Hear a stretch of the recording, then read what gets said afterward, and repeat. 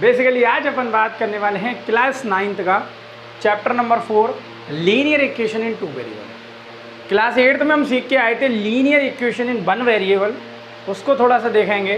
फिर देखेंगे linear equation in 2 variable. Constant variable की कहानी हमने चैप्टर नंबर 2 पॉलिनोमियल्स में ही सीख ली थी। क्या होते थे कांस्टेंट पॉलिनोमियल, कांस्टेंट और पॉलिनोमियल्स टाइप, सारी चीज़ें हमने सीखी थी। पिछली वीडियो लेक्चर में हमने चैप्टर नंबर 3 को कंप्लीट किया, तो जाकर देखो।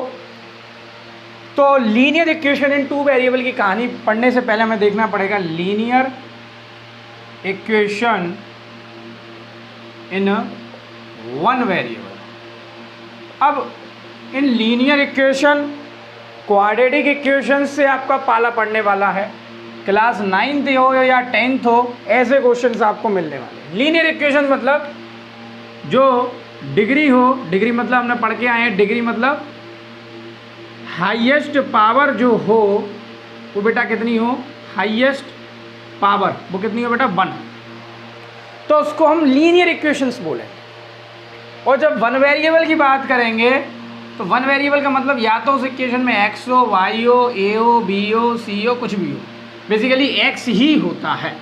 यानी कि ऐसी इक्वेशन जिस पर वेरिएबल की पावर पर, मतलब वेरिएबल की पावर जो हो वो कितनी हो, 1 हो, उसको हम क्या बोल देते थे, लीनियर इक्वेशन 1 वेरिएबल। यानी कि x + 5, ऐसे हमने बहुत सारे क्वेश्चन सॉल्व करे होंगे, ठीक है ना। बहुत सारे क्वेश्चन हमने इसको सॉल्व करें, x की वैल्यू फाइंड करो, पर्टिकुलर वैल्यूज़ हमने निकाल ली होंगी, वहाँ सीखी होंगी। और बहुत सारे ब्रैकेट में टाइप ऐसे क्वेश्चन हमने किए होंगे 8th क्लास में, ओके। बहुत सारे क्वेश्चन इसमें हुआ क्या, जो वेरिएबल पर डिग्री कितनी है 1 और वेरिएबल कितनी है बेटा 1 है, वो लीनियर इक्वेशन इन 1 वेरिएबल हो गया। फॉर्म देखेंगे इसकी, स्टैंडर्ड फॉर्म देखेंगे तो स्टैंडर्ड फॉर्म क्या रहने वाली है वो देख लेते हैं जरा।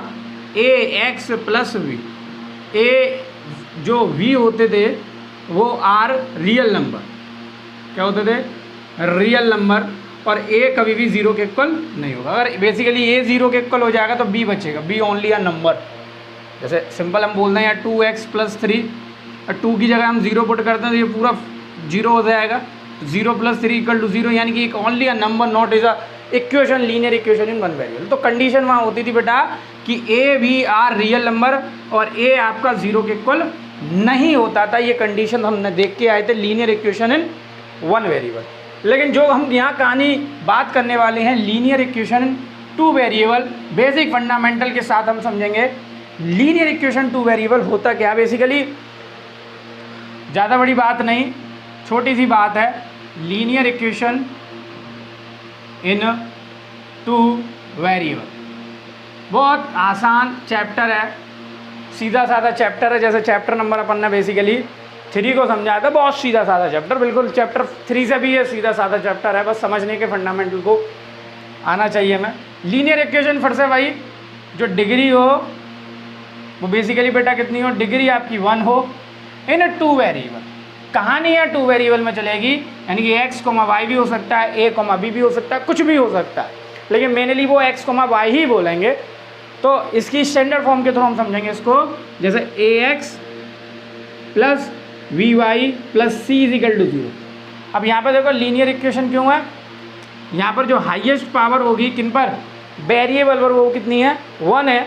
और a, v, c बेटा कौन है, रियल नंबर। कौन है बेटा, रियल नंबर है, ठीक है ना। अभी कंडीशन भी देखेंगे क्या कंडीशन होती थी। जैसे कोई लिया 2x + 3y + 4 = 0। अब इस इक्वेशन को हम क्या बोलेंगे, लीनियर इक्वेशन इन 2 वेरिएबल। क्यों बोल रहे हैं, क्योंकि पावर, हाईएस्ट पावर कितनी है 1 और वेरिएबल कितने बेटा 2। आगे भी पढ़ोगे लीनियर इक्वेशन इन 3 वेरिएबल, वो आगे की बात है, वो हमारे सिलेबस में नहीं है। अब यहाँ पर समझो a, b, c are real number और a and b are both not equal to 0, not equal to 0। Paper में MCQ में क्वेश्चन ऐसे पूछे जाते हैं कंडीशन वाले कि a, b, c क्या भैया, रियल नंबर, और a, b आपस मतलब संग संग 0 नहीं हो सकते। संग संग बेटा क्या नहीं हो सकते, 0। इसको समझो थोड़ा सा। जैसे कहने का मतलब अगर मैंने ज़ीरो ये वाला कर दिया, ज़ीरो एक्स मतलब बेसिकली इसको ज़ीरो, 2y + 3 = 0 ऐसे माना हमने इक्वेशन। क्या ये लीनियर इक्वेशन 1 वेरिएबल कहलाएगा? क्या लीनियर इक्वेशन इन 2 वेरिएबल कहलाएगा? क्या कोई इक्वेशन नहीं है। तो इसको ध्यान से समझो कि हमारा यहाँ a बेटा कितना है 0 और v बेटा है b कितना बेटा 2 है। तो इसको इस करेक्ट और c हमारा बेटा कितना 3 है। तो इसको हम लीनियर इक्वेशन बोलो, लीनियर इक्वेशन इन 1 वेरिएबल भी बोल सकते हैं और लीनियर इक्वेशन इन 2 वेरिएबल भी बोल सकते हैं। कौन से को? 0x + 2y + 3।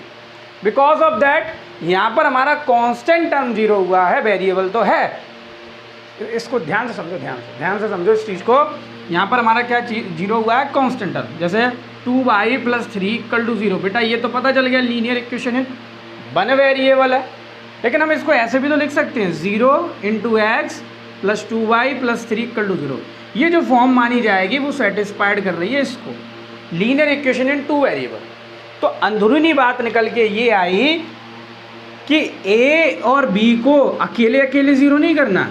अगर a और b अकेले 0 हो जाएंगे तो category linear equation in 2 variable रहेगी। अगर दोनों एक बार में 0 कर दोगे, जैसे शुड बी 0x + 0y + 3 = 0, तो कंडीशन गलत हो जाएगी, वो लीनियर इक्वेशन इन 2 वेरिएबल नहीं कहलाएगा। इन टोटल समझो जरा दोबारा से कि अगर a और b को साथ साथ 0 करोगे, दोनों को 0 कर दोगे, तो वो लीनियर इक्वेशन की कंडीशन इन 2 वेरिएबल नहीं होगी। अगर बाई चांस तुमने एक को 0 कर दिया तो हम उसको लीनियर इक्वेशन इन 2 वेरिएबल लिख सकते हैं। बात समझ में आया? तो बेटा ये क्या है, ये कॉपी पे उतार लो। ये मोस्ट इम्पोर्टेंट इसकी स्टैंडर्ड फॉर्म है जो इस चैप्टर में पूरे बेसिस है, पूरा बेसिक है इसमें। बात समझ में आया? स्टैंडर्ड फॉर्म है किसकी? लीनियर इक्वेशन है 2 वेरिएबल्स की, ठीक है ना। तो इसको फटाफट से उतारो जब तक हम एक क्वेश्चन लेकर आते हैं इसका। एग्जाम्पल नंबर 1, तो देखो जरा, बहुत ही अच्छे एग्जाम्पल्स दिए हैं जिससे आपका कॉन्सेप्ट पूरा पूरा क्लियर होगा। Right each of the following in the form ax + by + c = 0, indicate a b c in each case. देखो जरा, पहला एग्जाम्पल दिया है 2x + 3y = 4.37। अब इसमें कहा है कि हमें किसकी फॉर्म में लिखना है? लीनियर इक्वेशन इन 2 वेरिएबल्स की फॉर्म में लिखना। बहुत आसान है। देखो पहले तो इसको लिखेंगे कैसे? पहले तो a की वैल्यू बताओ, a की वैल्यू कितनी है 2 है, b की वैल्यू बेटा कितनी है, ऐसे लिखेंगे इसको। देखो ऐसे इसको लिखने का तरीका क्या है, पहले ध्यान से समझो। कोई भी वैल्यू = में लिखी है तो यहाँ लीनियर इक्वेशन की स्टैंडर्ड फॉर्म में = में 0 लिखा है, तो इसको इधर लिया। तो 2x + 3y - के 4.37 = 0। तो हम इसको कंपेयरिंग करेंगे, कंपेयरिंग विथ a = 2, v = 3 और c = के 4.37।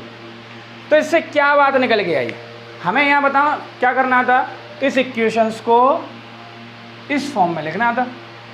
तो इस फॉर्म में तो हमने लिख दिया, क्वेश्चन का आंसर हो गया।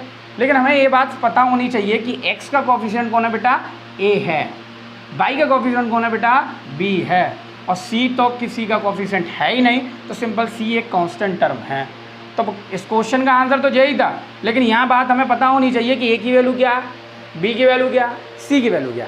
यानी कि = में हमें यहाँ जो लीनियर इक्वेशन इन 2 वेरिएबल दिया उसको = में हमें क्या लिखना है बेटा? 0 लिखना। बात समझ